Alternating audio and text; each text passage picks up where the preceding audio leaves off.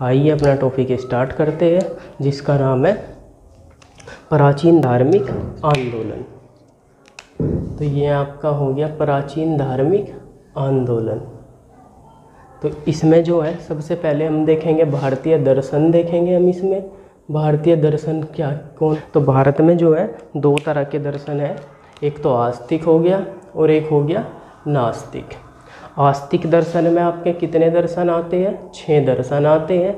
और जो नास्तिक है, नास्तिक में 3 दर्शन आते हैं। वैसे तो मुख्य रूप से जो है 2 ही दर्शन इम्पोर्टेंट है, 2 ही आते हैं ये। और ये दोनों ही दर्शन जो है, ये दोनों ही धर्म जो है बड़े इम्पोर्टेंट धर्म है, जैन धर्म और बौद्ध धर्म। इनसे लगातार परीक्षा में सवाल पूछे जाते हैं। तो सबसे पहले हम इन्हें एक नज़र में आस्तिक दर्शन को क्लियर कर लेते हैं। ये ज़्यादा यहाँ से भी कभी कभी सवाल वो बना ही देता है। सांख्य दर्शन, सांख्य दर्शन किनका है? कपिल मुनि का। सांख्य दर्शन के संस्थापक कौन है? कपिल मुनि। इम्पोर्टेंट है, इसमें सबसे प्राचीन दर्शन है ये सवाल इसमें इम्पोर्टेंट है। दूसरा दर्शन जो इसमें हो गया वो योग दर्शन हो गया, वो हो गया योग दर्शन। और ये पतंजलि द्वारा इसके संस्थापक हैं, यानी के द्वारा चलाया गया था। और ये विश्व में सर्वाधिक प्रचारित है। और ये विश्व में जो है सर्वाधिक प्रचार जो होता है वो इसी का होता है। और इसके अंदर 8 क्रियाएं होती है, यम, नियम, आसन, प्राणायाम, प्रत्याहार, धारणा, ध्यान, समाधि। ये इस तरीके से जो है इसमें 8 क्रियाएं दी जाती है। और इसमें कहा जाता है कि मोक्ष की प्राप्ति के लिए आप ये 8 क्रियाएं कर सकते हैं।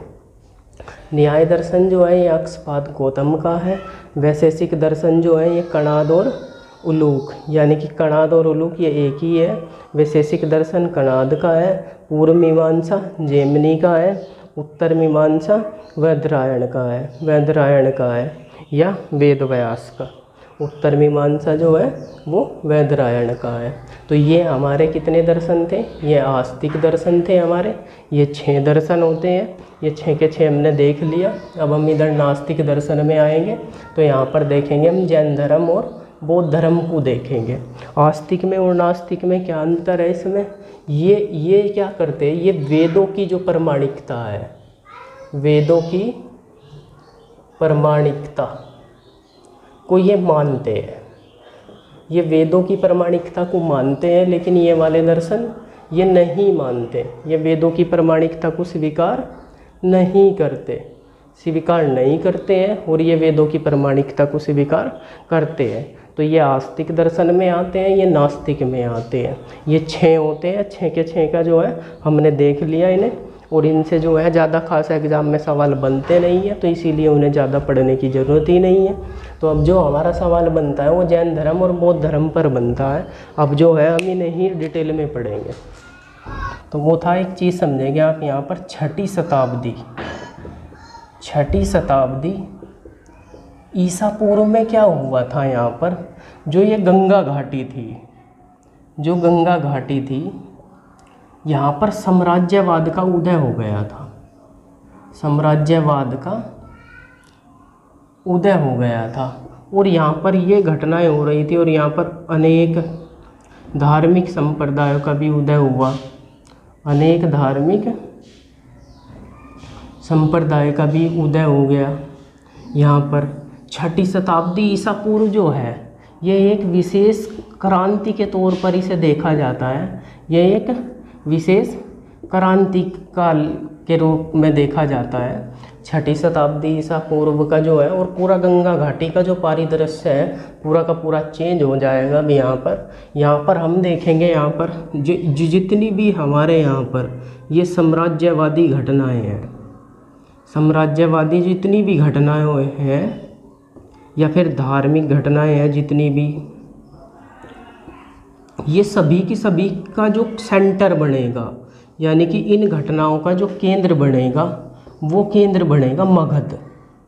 वो मगध साम्राज्य जो है सभी का केंद्र बनेगा यहाँ पर। तो यानी कि ये जो 6ठी शताब्दी ईसा पूर्व का जो समय होता है, विशेष क्रांति काल के तौर पर इसे देखा जाता है, क्योंकि इसमें पूरा गंगा घाटी का जो है पूरा परिदृश्य चेंज हो जाएगा। यहाँ पर जो है, जैसा हम यहाँ पर देखेंगे, एक ग्रंथ देखेंगे हम यहाँ पर, जैसा सूत्रकर्तांग नाम का एक ग्रंथ है, सूत्र कर्तांग नाम का एक जैन ग्रंथ है। ये जैन ग्रंथ है। हम इस ग्रंथ में क्या देखते हैं, इसमें बताया गया है कि 6ठी शताब्दी ईसा पूर्व में जो है भारत में जो है 368 धर्मों का जन्म हुआ था। 368 धर्मों का जन्म हुआ था। इतने धर्मों का जन्म बताया गया है इसमें। और देखते हैं हम, जैसा एक ब्रह्मजाल सूत्र है, ब्रह्मजाल सूत्र है। ब्रह्मजाल सूत्र में बताया गया है कि 62 धर्मों का जन्म हुआ था। 62 धर्मों का जन्म हुआ था 6ठी शताब्दी ईसा पूर्व में। और इन 62 धर्मों में जो है 2 ही धर्म सबसे मुख्य थे। एक तो जैन धर्म था और दूसरा जो धर्म था वो बौद्ध धर्म था। वो बौद्ध धर्म था। एक धर्म का और जिक्र आएगा यहाँ पर, जिसका नाम होगा आजीवक संप्रदाय। जिसका नाम क्या होगा?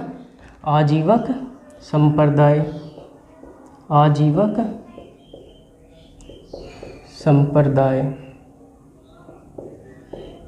आजीवक संप्रदाय जो धर्म चलाया था वो चलाया था मखलीपुत्र गोशाल ने।